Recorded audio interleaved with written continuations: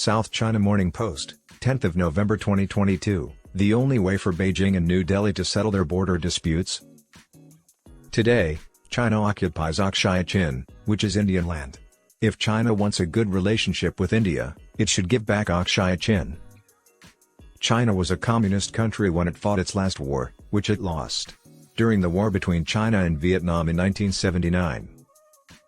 On the other hand, the win over India under Jawaharlal Nehru was empty. It made border problems worse instead of better, mainly because Beijing didn't learn from its mistakes. The border fights in the Himalayas are still going on, even though China needs a friend in Asia badly right now. Indian conservatives are still furious about it, and they keep occupying land that belongs to India. All you have to do is read their comments to see this. The world's attention was on the Cuban Missile Crisis at the end of 1962, which happened at the same time as the Short War. That helped Mao Zedong because Nehru tried to bring the fight to the whole world's attention but failed. Today, the Cuban crisis is being talked about again because the US is fighting a proxy war in Ukraine against Russia, which is an old enemy of the US with nuclear weapons. But in the Indo-Pacific, the War of 1962 and how it still affects the area today may even be more critical to the site's future. India has been called the swing state by experts these days. It might lean toward China, Russia, and the US. It has made no secret that it is playing all sides right now.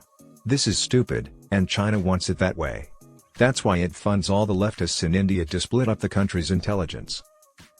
How do you get India to like the US or not lose it to them? So, look inside yourself. China is proud that Nixon and Kissinger changed official recognition from Taiwan to mainland China. They are happy to call anyone who supports the One China policy a friend. The One India strategy that India has about Kashmir shows that it shares these views. In August, Sun Weidong, China's ambassador to India, told New Delhi that the One China policy is what Beijing used to deal with all other countries and asked them to back it.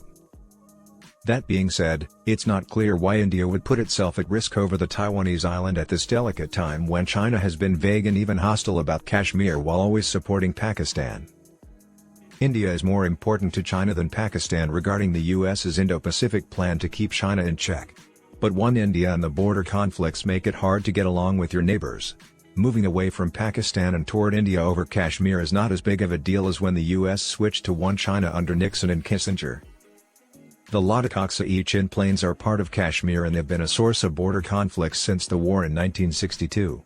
India added Ladakh to its union in 2019 as part of its plan to change how Jammu and Kashmir is run.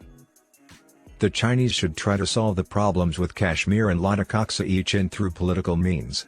This will help a lot in recognizing India as a single country. In exchange, New Delhi can acknowledge that there is only one China.